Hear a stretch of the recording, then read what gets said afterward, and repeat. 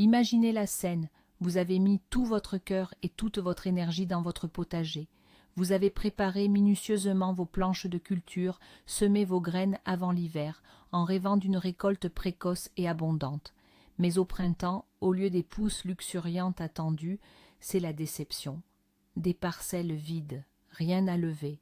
Qu'est-ce qui a pu mal tourner? Pourtant, vous aviez l'impression d'avoir tout fait correctement, en suivant les conseils des jardiniers expérimentés. Et le résultat? Un échec total. Alors, quelle est l'erreur fatale capable de réduire tous vos efforts à néant?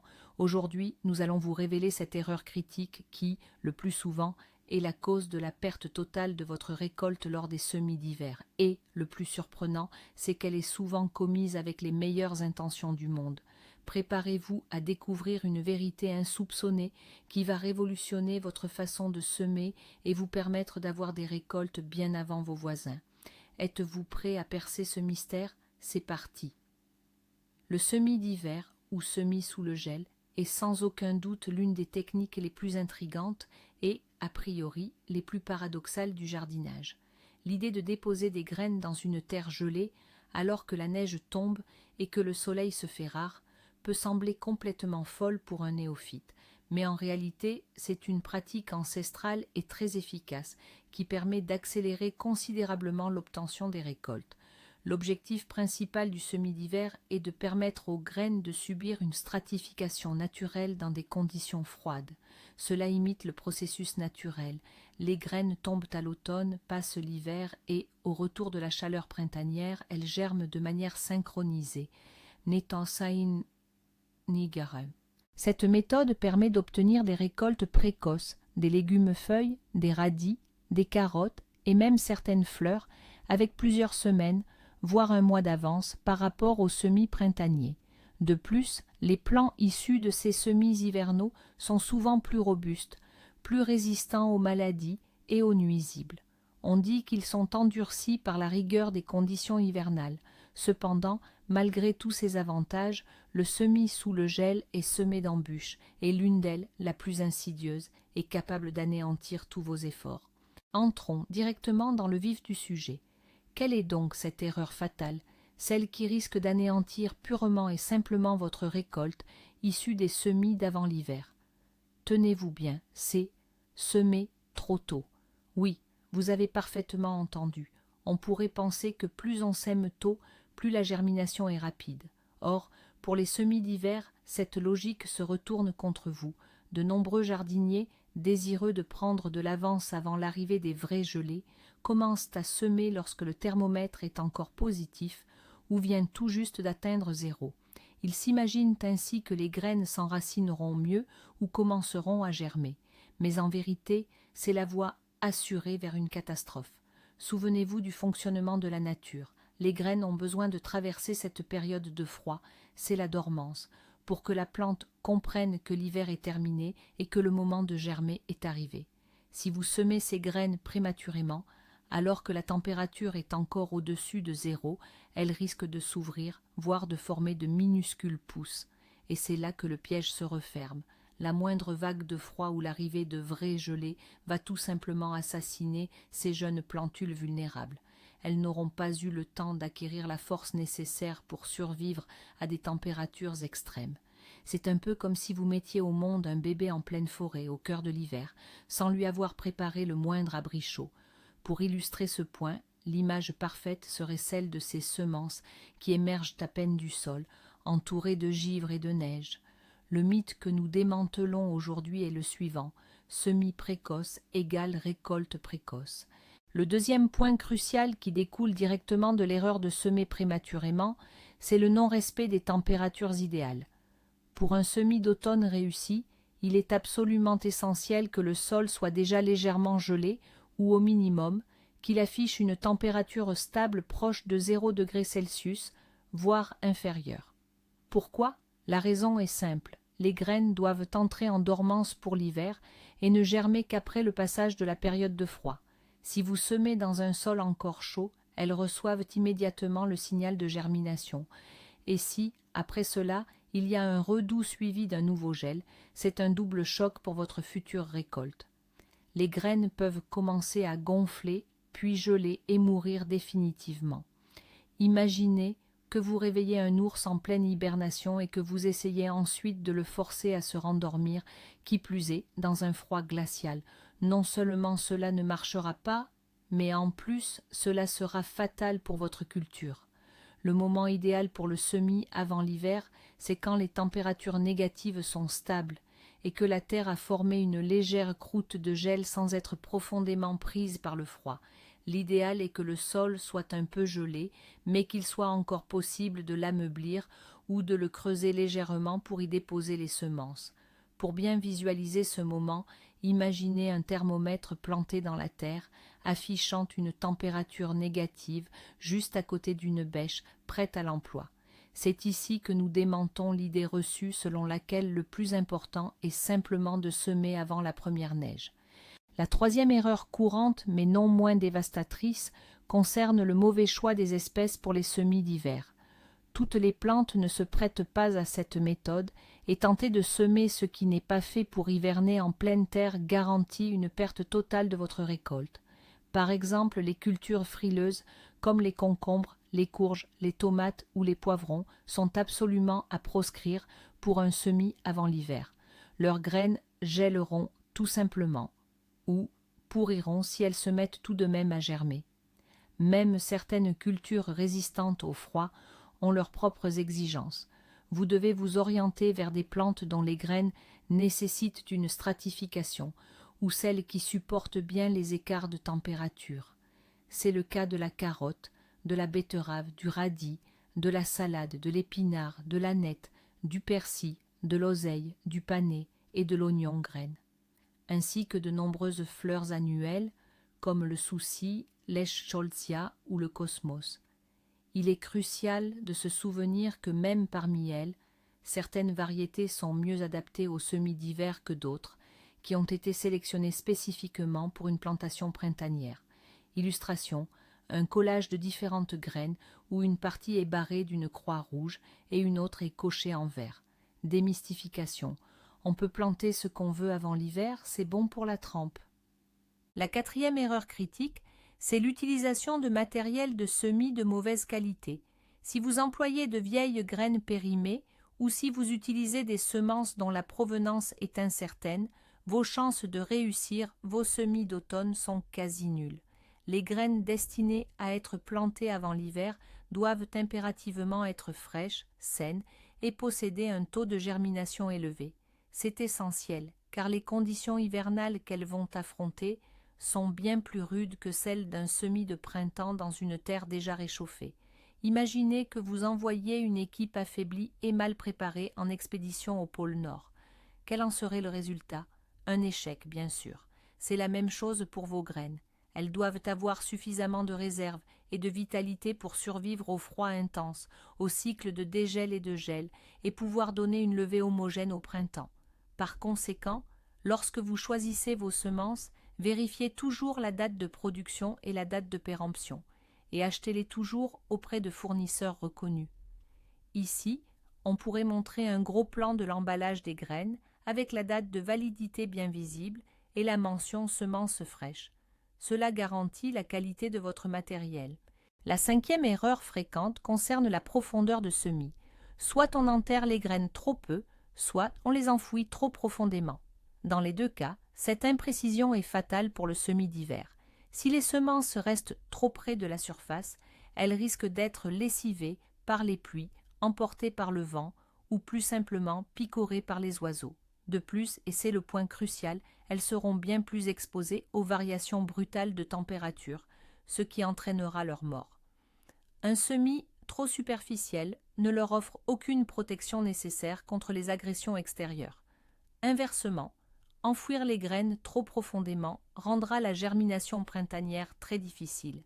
La couche de terre au-dessus deviendra trop dense et trop lourde, et les jeunes plantules n'auront tout simplement pas l'énergie nécessaire pour percer et atteindre la lumière. Imaginez un poussin nouveau-né enseveli sous une montagne de terre. La profondeur doit être ajustée de manière optimale pour chaque culture, mais la règle générale veut qu'elle soit 2 à 3 fois supérieure à la taille de la graine elle-même. Pour illustrer cela, Imaginez un schéma montrant des graines à différentes profondeurs dans le sol, avec la bonne profondeur clairement indiquée. Cela souligne l'importance d'une plantation précise. La sixième erreur, apparemment mineure mais en réalité cruciale, c'est le paillage insuffisant ou son absence totale. Une fois les semis effectués, il est essentiel d'assurer une protection supplémentaire pour l'hiver.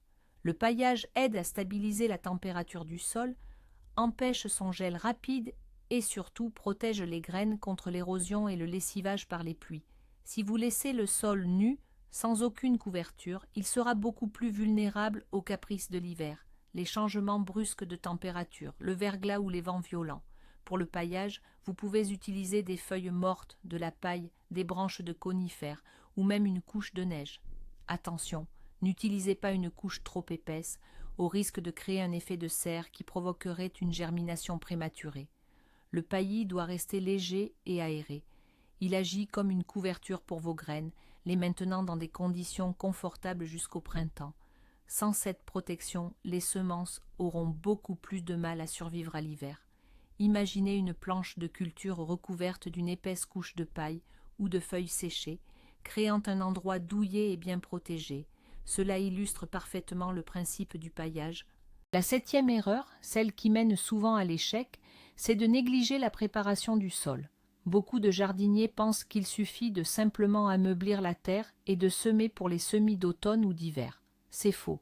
Le sol doit être fertile, léger et surtout bien drainé. Si votre terre est lourde, argileuse et retient mal l'eau, les graines risquent de pourrir durant les périodes de dégel ou ne pourront tout simplement pas lever au printemps à cause du tassement. De plus, il faut que le sol soit impeccablement nettoyé de toutes les mauvaises herbes et de leurs graines. Ainsi, au printemps, les jeunes pousses n'auront pas à se battre pour les nutriments et la lumière. Pensez à incorporer du compost ou du fumier bien mûr à l'avance pour enrichir la terre en éléments nutritifs. Bêchez soigneusement la planche, brisez les mottes et égalisez la surface. Imaginez que vous préparez le berceau d'un nouveau-né. Vous n'allez pas l'installer dans un endroit sale et inconfortable, n'est-ce pas? C'est la même chose pour les graines. Elles ont besoin de conditions optimales pour réussir leur dormance hivernale et leur germination. Illustration. Gros plan sur le processus de bêchage et d'amendement du sol avec ajout de compost montrant la terre qui devient légère et fertile. La huitième erreur fatale pour votre jardin, c'est le drainage négligé. Dans le contexte des semis d'automne ou d'hiver, où la terre endure les cycles de gel et de dégel, les fortes chutes de neige et la fonte printanière, un drainage efficace est absolument crucial. Si l'eau stagne dans les planches de culture, les graines risquent de s'étouffer ou de pourrir. Cela est particulièrement vrai dans les régions où la nappe phréatique est haute ou pour les parcelles situées en contrebas. Assurez-vous que vos planches de culture sont surélevées ou qu'elles présentent une légère pente pour faciliter l'évacuation de l'excès d'humidité.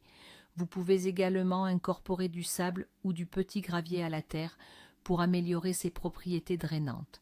Imaginez que vous construisiez une maison sur un marécage sans fondation. Elle ne tiendra probablement pas longtemps. C'est la même chose pour vos semis. S'ils baignent constamment dans l'humidité, leur destin est scellé. Illustration visuelle, coupe transversale d'une planche de culture montrant les différentes couches de sol et le lit drainant en dessous, avec l'eau qui s'écoule latéralement. Ceci met en évidence l'importance d'un drainage optimal. La neuvième erreur courante concerne un arrosage excessif juste après le semis. On pourrait penser que les graines ont besoin d'eau pour germer, et c'est vrai, mais dans le contexte spécifique du semis d'automne ou d'hiver, c'est une pratique potentiellement fatale. Si vous inondez la parcelle après le semis, l'eau risque de geler rapidement, formant une croûte de glace impénétrable. Celle-ci pourrait étouffer les graines ou, pire, les faire remonter à la surface du sol, les exposant au gel. De plus, l'excès d'humidité peut malheureusement induire une germination prématurée. Or, si les jeunes pousses sortent avant l'arrivée des premières gelées sérieuses, elles seront définitivement condamnées. Les graines destinées à être semées avant l'hiver doivent impérativement être placées dans un sol sec ou tout au plus légèrement humide. Elles recevront toute l'humidité nécessaire au moment idéal, grâce à la fonte des neiges au printemps. Si vous ressentez absolument le besoin d'humidifier, faites-le avec la plus grande modération, en vous contentant de mouiller très légèrement la couche superficielle du sol. La règle d'or est la suivante. Les graines ne doivent en aucun cas se réveiller avant le retour du printemps. Illustration. Gros plan sur des gouttes d'eau gelant à la surface du sol, recouvrant les graines. Cette image dramatique souligne le danger de l'arrosage excessif. La 10e erreur, et non des moindres, c'est de semer trop densément. Dans leur désir d'obtenir le maximum de récolte, de nombreux jardiniers ont tendance à semer leurs graines trop serrées, en se disant que ça poussera bien quand même. Or, dans le cadre d'un semis d'automne ou d'hiver, c'est une pratique particulièrement dangereuse. Si les plantules poussent trop rapprochées, elles vont se priver mutuellement de nutriments, de lumière et d'espace pour se développer. De plus, une densité excessive rend les jeunes pousses beaucoup plus vulnérables aux maladies et aux parasites. La concurrence pour les ressources sera si féroce que même les plants survivants resteront chétifs et ne vous donneront qu'une récolte maigre. Rappelez-vous qu'il vaut toujours mieux semer clair pour obtenir des plants robustes et sains, plutôt que de voir vos semis, trop abondants, s'affaiblir. Imaginez que vous essayez de faire monter 50 passagers dans un bus qui ne compte que 10 places assises. Le résultat, chaos et inconfort garantis pour tout le monde. Suivez scrupuleusement les recommandations de distance entre les graines indiquées sur les paquets, ou même n'hésitez pas à semer légèrement plus clair. Illustration, présentez 2 planches de culture, l'une avec des pousses bien espacées et vigoureuses, l'autre avec des plants très serrés et faibles. Cette image parlera d'elle-même. Passons à la 11e erreur. Souvent sous-estimée, elle est pourtant cruciale, l'absence de marquage de vos parcelles. Une fois que vous avez semé vos graines pour l'hiver, toutes les planches de culture peuvent se ressembler parfaitement. La neige va recouvrir toutes les traces et au printemps, vous risquez d'oublier exactement ce qui a été planté et où. Cela pourrait vous amener à bêcher accidentellement une parcelle contenant de précieuses jeunes pousses ou simplement à ne pas identifier à temps ce qui est en train de germer. Imaginez envoyer une lettre sans adresse d'expéditeur. Elle sera tout simplement perdue. C'est pourquoi, juste après avoir semé, installez des marqueurs solides et bien visibles sur chaque parcelle. Il peut s'agir de piquets en bois portant le nom des cultures ou de petites étiquettes en plastique résistantes au gel. N'oubliez surtout pas de noter dans votre journal de jardinage ce que vous avez semé et l'emplacement exact. Cela vous fera économiser énormément de temps et de stress au printemps. Visuel. Gros plan sur une planche de culture enneigée, d'où émergent des étiquettes en bois clairement lisibles. Ce plan souligne l'importance du marquage. 12e erreur. Ignorer la nécessité de se protéger contre les rongeurs et les oiseaux. En hiver, lorsque la nourriture se fait rare, les rongeurs, comme les souris et les campagnols, deviennent particulièrement actifs dans leur quête de nourriture. Ils se feront un plaisir de dévorer vos semis. Il en va de même pour les oiseaux, qui, dès le printemps, une fois la terre libérée de la neige, s'empresseront de picorer les jeunes pousses à peine germées. Cela peut devenir un problème majeur, surtout si votre parcelle jouxte une forêt ou un champ. Il est donc crucial de prendre des mesures de protection après les semis. Vous pouvez utiliser des répulsifs spécifiques pour les rongeurs, ou bien recouvrir les planches d'un filet à mailles fines pour repousser les oiseaux. Certains jardiniers installent même de petits pièges. Ce n'est pas de la paranoïa, c'est du bon sens. Imaginez que vous ayez préparé un festin pour votre famille et que des invités indésirables le dévorent à leur place. En guise d'illustration, une planche de culture partiellement couverte d'un filet fin et les silhouettes d'oiseaux qui passent au loin. Cela illustre parfaitement les mesures de protection.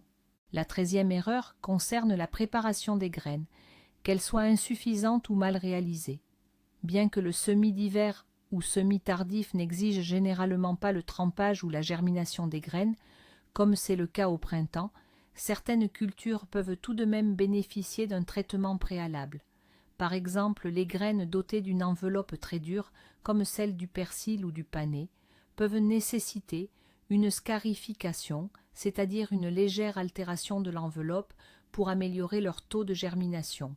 Il est également crucial de vérifier que les semences ne sont pas traitées avec des insecticides ou des fongicides, surtout si vous visez une récolte biologique et respectueuse de l'environnement. Lisez attentivement les instructions figurant sur les emballages de graines.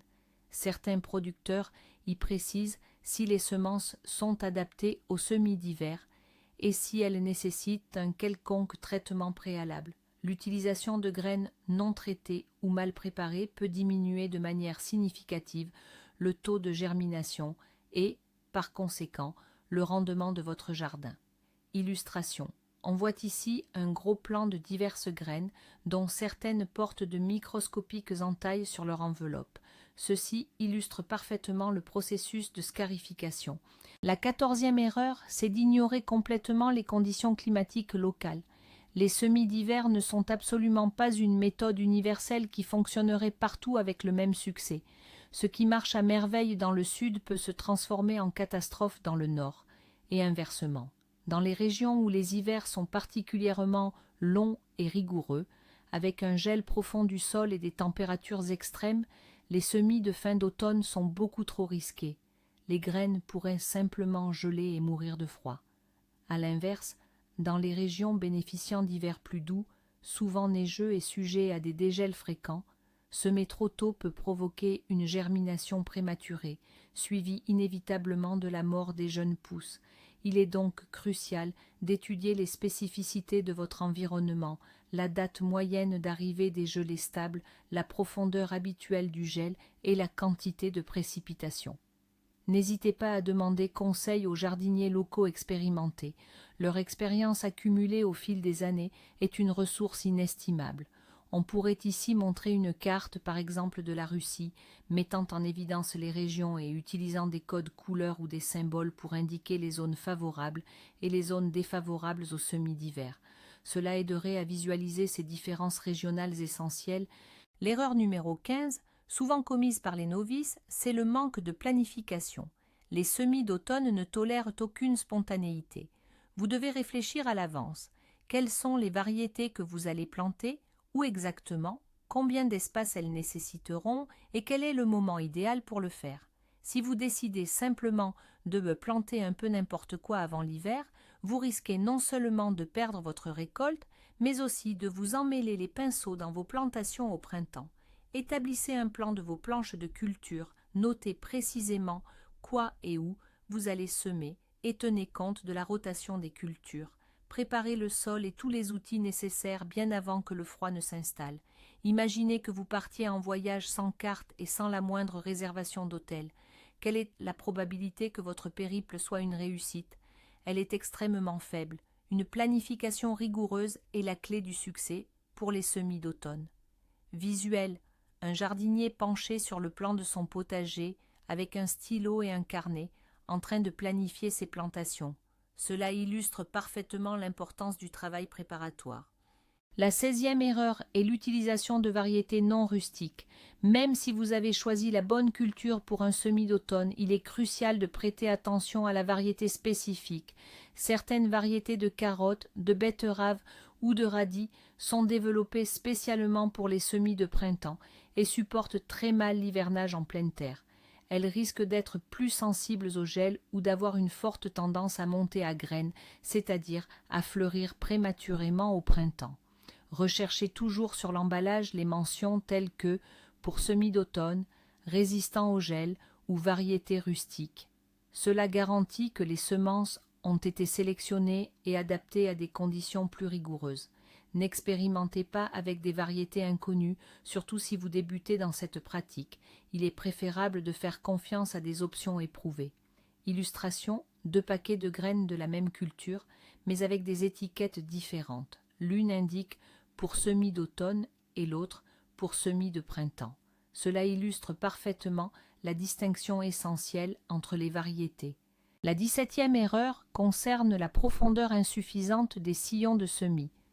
Comme nous l'avons déjà mentionné, un enfouissement trop superficiel est néfaste pour les graines. Par conséquent, les sillons eux-mêmes doivent être suffisamment profonds pour garantir que les semences ne se retrouvent pas à la surface après avoir été recouvertes de terre et paillées. Si vos sillons sont trop peu profonds, il vous sera impossible d'atteindre la profondeur de semis optimale. Une fois que vous avez tracé vos sillons, disposez délicatement les graines, puis recouvrez-les de terre sèche et meuble avant de procéder au paillage. La profondeur du sillon doit toujours être adaptée à la taille des semences et suivre les recommandations spécifiques à la culture choisie. Imaginez que vous essayez de placer un œuf dans un trou peu profond. Il dépasserait, resterait exposé et risquerait d'être facilement endommagé. Illustration à l'écran. Gros plan d'un sillon profond et net dans la terre, prêt à recevoir les semis. Cette image vous montre clairement à quoi doit ressembler un sillon idéal. La 18e erreur qui guette vos futures récoltes, c'est le compactage du sol juste après la fonte des neiges. Au printemps, lorsque la neige fond et que les pluies s'y ajoutent, la terre de vos planches de culture peut devenir extrêmement compacte, surtout si elle est naturellement lourde ou argileuse. Cela crée une barrière invisible pour les jeunes pousses délicates qui auront énormément de mal à percer la croûte du sol pour atteindre la lumière du soleil. La solution, une fois que toute la neige a disparu et que la terre est légèrement ressuyée, ameublissez délicatement la couche supérieure avec un râteau. Faites attention à ne pas abîmer les graines qui commencent à germer ou les semis déjà sortis. Cette action simple permettra d'aérer les racines et de faciliter grandement la levée des graines. Attention, ne faites surtout pas cela si la terre est encore trop humide, car vous ne feriez qu'aggraver le problème de compactage. Visuelle illustration. Un jardinier ou une jardinière ameublit délicatement la surface du sol avec un râteau près de jeunes pousses qui sortent de terre. C'est la bonne technique d'entretien pour le printemps. La 19e erreur, est l'une des plus négligées, est de sous-estimer la nécessité de protéger nos plants du soleil intense du printemps. Même si nous visons une récolte précoce, le soleil printanier peut être beaucoup trop agressif pour les jeunes semis qui viennent de germer, surtout s'il devient immédiatement brillant et intense après un hiver froid. Cela peut provoquer des coups de soleil sur les feuilles ou un dessèchement très rapide du sol. Une fois que les pousses sont sorties, un léger ombrage des planches de culture peut être nécessaire durant les journées les plus chaudes et ensoleillées. Pour cela, vous pouvez installer un voile de forçage ou un filet d'ombrage léger tendu sur des arceaux. Cette installation protège les jeunes plants du stress et leur garantit des conditions de croissance optimales et plus confortables. Imaginez que vous sortiez d'une grotte sombre pour vous retrouver en plein soleil.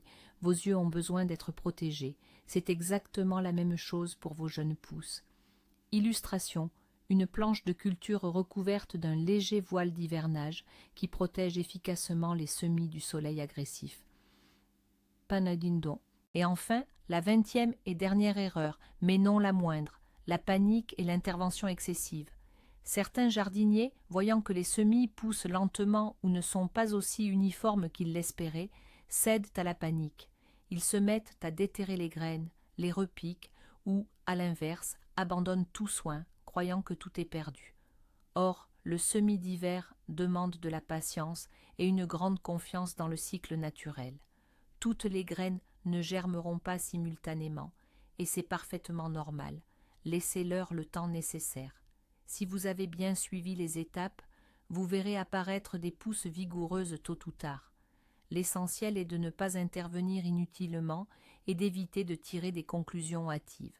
Entretenez vos planches de culture comme d'habitude. Arrosez, désherbez, aérez la terre, mais sans excès. Imaginez que vous attendez un train. Il est inutile de courir sur le quai ou d'aller déranger le conducteur.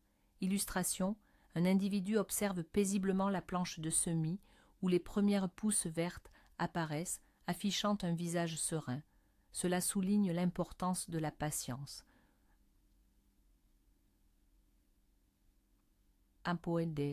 Ainsi, nous avons révélé les 21 erreurs fatales qui peuvent anéantir votre récolte lors des semis d'hiver, mais la plus importante, la plus insidieuse et la plus courante d'entre elles, vous vous en souvenez, c'est de semer trop tôt dans un sol qui n'est pas encore gelé. C'est le véritable bourreau de votre future récolte. Retenez bien ceci, le semis d'hiver est un art qui demande patience et calcul précis. La nature fait elle-même la majeure partie du travail. Votre rôle est de créer les conditions optimales pour que vos graines passent l'hiver et se réveillent au printemps. Maintenant que vous savez comment déjouer ces pièges, Vous pouvez vous lancer en toute confiance dans vos semis d'hiver pour profiter d'une récolte précoce et abondante.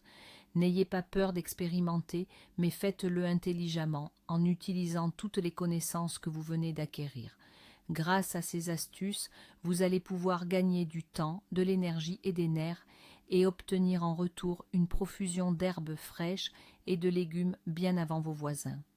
Je vous souhaite beaucoup de succès dans vos activités de jardinage. Un grand merci d'avoir regardé cette vidéo jusqu'à la fin. Si elle vous a été utile, n'hésitez pas à mettre un pouce bleu, à vous abonner à notre chaîne et à cliquer sur la cloche pour ne manquer aucune de nos prochaines publications. Et bien sûr, partagez dans les commentaires quelles erreurs avez-vous déjà commises lors de vos semis d'hiver, ou peut-être avez-vous vos propres secrets à nous révéler. Nous sommes impatients de connaître votre avis.